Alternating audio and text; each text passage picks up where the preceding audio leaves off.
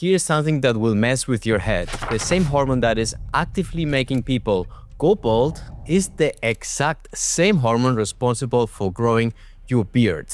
Let that sink in for a second. Your body is out there playing both sides. Villain on top and hero on the bottom. It's basically the Walter White of hormones. And once you understand why that happens, you will also understand exactly how Minoxidil can help you grow a fuller, denser beard. Even if you spent years thinking your beard potential is just what it is. Welcome back, I'm Al, and if you're new here, I've spent years obsessing over hair loss, which means I accidentally became an expert on the exact same biology that controls your beard. Because, spoiler alert, it's the same system. Same follicles, same growth cycles, same mechanisms. And I want to be upfront with you. I have a full beard. Mine is genetic.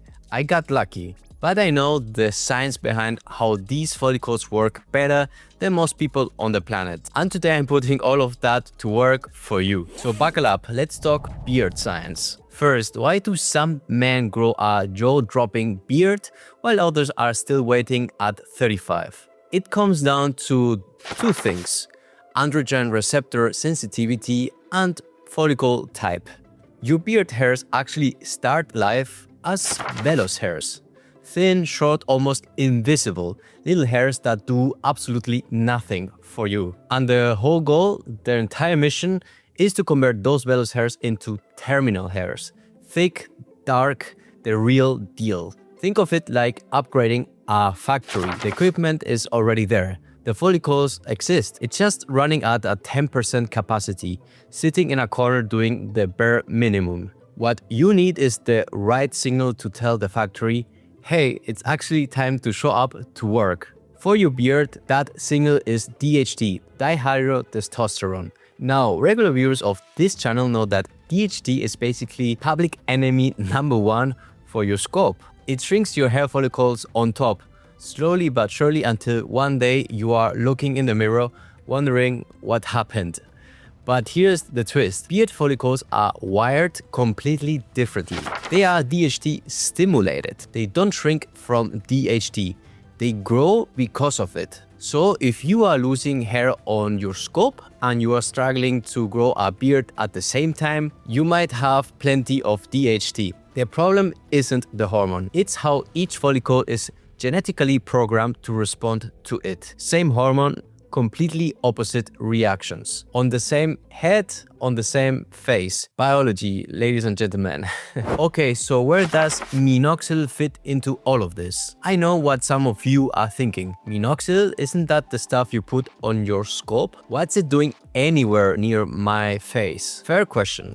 Here's the answer. Minoxidil doesn't care where you put it. The mechanism is the same wherever there are follicles. It works by doing two things. First, it extends the anagen phase.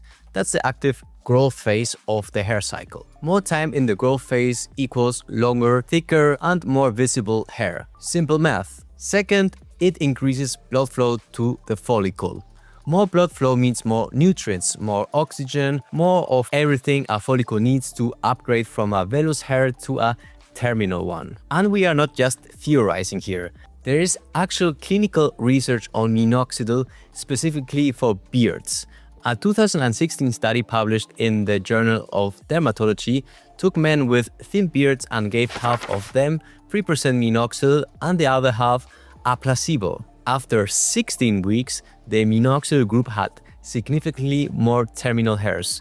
Not slightly more, significantly more. That's not some guy on the internet telling you it worked for him. That's a controlled study with a placebo group. That's real science. And then a 2021 study went further and looked at 5% Minoxidil for beard growth. Even stronger results.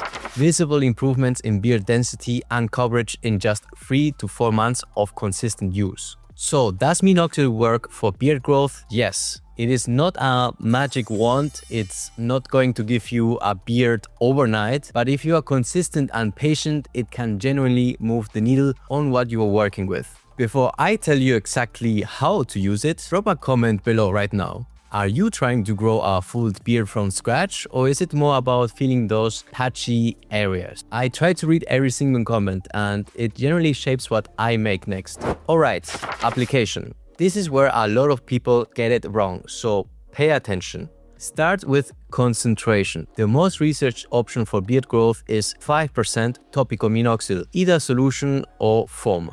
Some people prefer starting with a 3% if they have sensitive skin, especially since this is going to go on your face. But 5% is where the strongest evidence is. Links to what I recommend are in the description below. Now, frequency. Once daily. Some protocols push twice daily, but once is effective, well tolerated, and much more sustainable long term. Sustainability is everything with minoxidil. This only works if you actually keep doing it. Apply directly to the patchy or thin areas. Use your fingers or a dropper. And here's the rule that people constantly underestimate. Leave it on for at least 4 hours before washing your face. That absorption window is not optional. It's the whole point. And wash your hands after, every time. Minoxidil sitting on your palms, it's minoxidil not doing its job on your beard. Now let's talk about the stuff nobody wants to talk about, side effects. I'm going to be straight with you because I have no interest in sugarcoating this. The most common issue with topical minoxidil on the face is skin irritation, redness, dryness, and flaking. And most of the time, this isn't actually the minoxidil causing it. It's the propylene glycol carrier used in the minoxidil formulations. If this happens to you, switch to the foam version. Significantly less propylene glycol. Problem usually solved.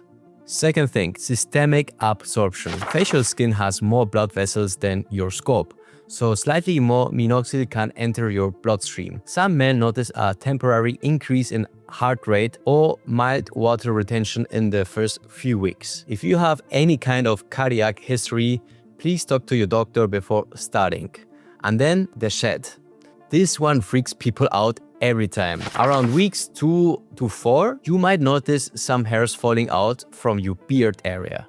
And your first instinct is going to be panic and stop. But don't. This is actually the anagen push in action.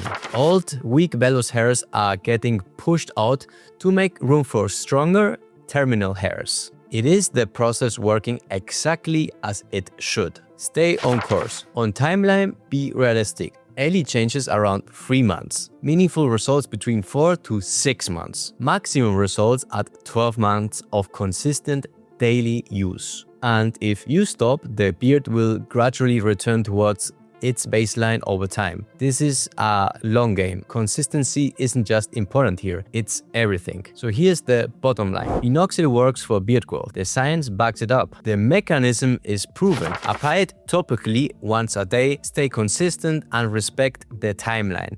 Your beard's potential might be bigger than you think. You just need to give your follicles the right signal. If this video gave you something useful, hit that like button. It generally helps more people find this content. And if you're new here, subscribe because I break down this kind of science every single week. Until next time, I wish you a happy hair journey. Bye.